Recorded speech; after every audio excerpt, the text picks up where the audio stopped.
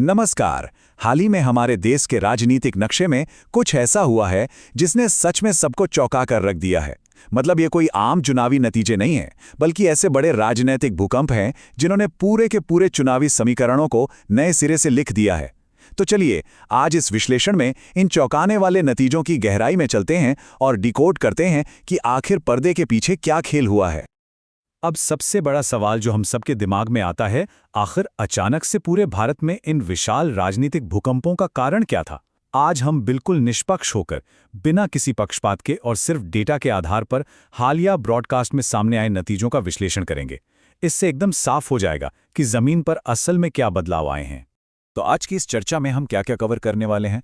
सबसे पहले बात होगी पश्चिम बंगाल के ऐतिहासिक बदलाव की, फिर समझेंगे बंगाल के इस जनादेश के पीछे के असली कारण। उसके बाद भवानीपुर की वो दिलचस्प महाजंग, तमिलनाडु का वो बहुत बड़ा सुपरस्टार अपसेट और आखिर में असम का एकदम निर्णायक जनादेश। हर राज्य को इस तरह अलग अलग बांटकर समझना ही इन बदलावों को पकड़ने का सबसे बेहतरीन तरीका है। सेक्शन 1, पश्चिम बंगाल का ऐतिहासिक बदलाव। इसे एक ढहते हुए किले के रूप में भी देखा जा रहा है। ब्रॉडकास्ट में सबसे ज्यादा फोकस इसी नाटकीय बदलाव पर किया गया है। सीधे इन आंकड़ों पर आते हैं जो अपने आप में पूरी कहानी कह रहे हैं। ये चुनावी नतीजे साफ बताते हैं कि कैसे एक तरफ बीजेपी ने 208 सीटें जीतकर करीब 45.6% वोट शेयर हासिल किया है, वहीं दूसरी तरफ सत्ताधारी टीएमसी को भारी नुकसान उठाना पड़ा है और वो 79 सीटों और 40.8% वोट पर आकर सिमट गई है। और कांग्रेस, उनके खाते में सिर्फ 2 सीटें और 3% वोट आए हैं। ये फासला सच में बहुत बड़ा है। अब जरा 2021 और मौजूदा चुनावी नक्शे की बात करते हैं। 2021 में जो नक्शा पूरी तरह से हरा नजर आता था, यानी जहां टीएमसी का दबदबा था, वो अब बड़े पैमाने पर भगवा रंग में बदल चुका है। खासकर अगर हम दक्षिण बंगाल के क्षेत्रों की बात करें तो वहां का राजनीतिक रंग पूरी तरह से बदल गया है।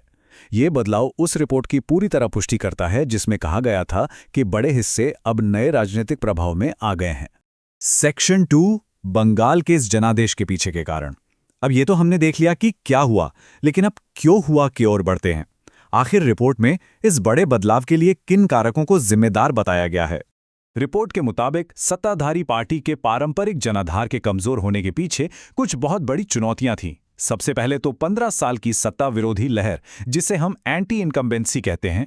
दूसरा बड़ा कारण रहे भ्रष्टाचार के गंभीर आरोप, जैसे कोयला और राशन घोटाले।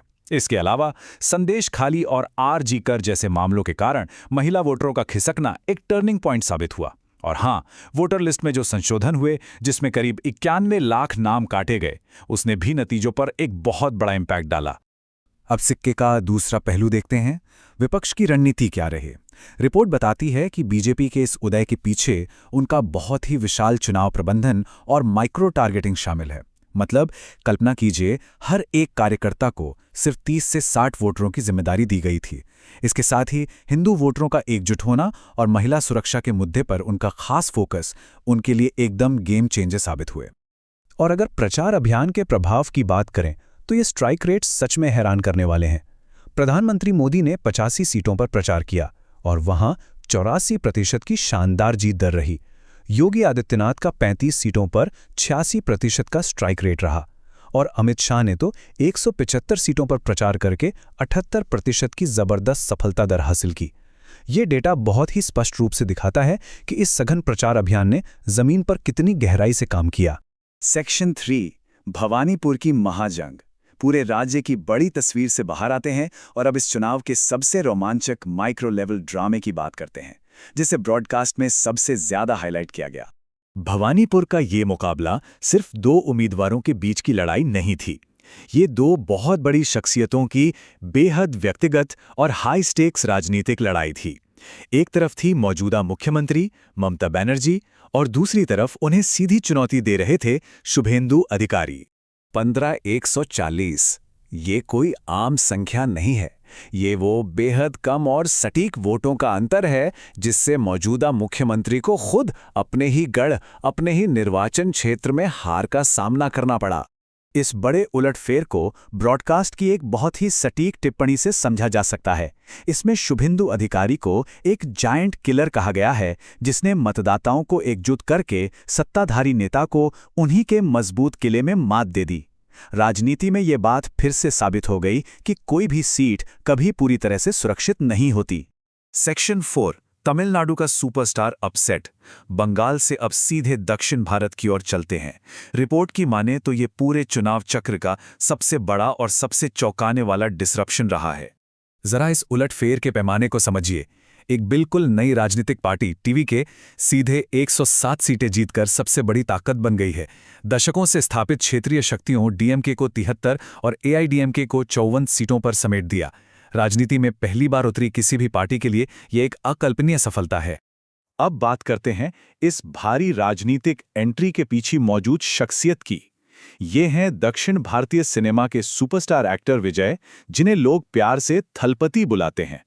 69 सुपरहिट फिल्मों में काम करने के बाद उन्होंने सिनेमा की दुनिया छोड़ने और टीवी के पार्टी को खड़ा करने का वादा किया था।